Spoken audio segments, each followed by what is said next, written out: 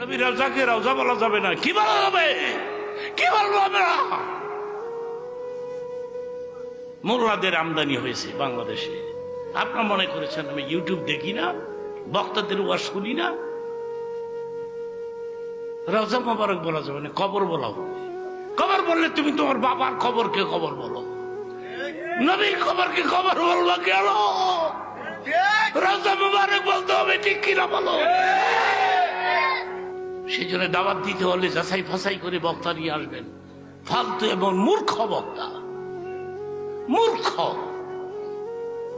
এদেরকে দাওয়াত দিয়ে আনলে বাজে কথা বলে একটা গন্ডগোল সৃষ্টি করে চলে যাবে। নবীর মা বাপ দুজন জান্নাতে যাবে। আল্লাহু আকবার বলো।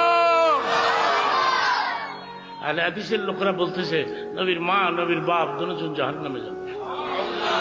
সাহস কত দেখে! আমি বলেছিলাম, চ্যালেঞ্জ করলাম, তোমরা তোমাদের বই পুস্তক নিয়ে আসো, আমরাও থাকবো, কিন্তু তারা আসে না, আসবেও না, ঠিক কিনা বলো? বিদেশি পয়সা খাচ্ছে তো, এগুলি না পড়লে পয়সা আসবে না।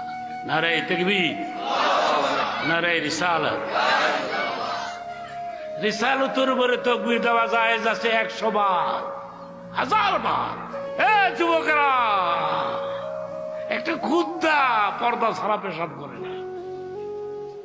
আর মুসলমানের বাচ্চারা রাস্তার পাশে দাঁড়ায় স্ট্যান্ডিং পজিশনে প্যান্টের গুদাম খুলিয়া যাইনি বায়ে সায় আর পেশাব ছাড়ে।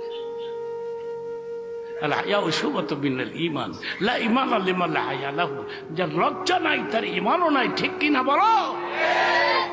ফুলতলি হুজুরের সঙ্গে আমার বেশ কয়েকটা প্রোগ্রাম হয়েছে। তিনি আমাকে ভাতিজা হিসাবে জানতেন। আমার আব্বা ছিলেন সিনার খলিফা।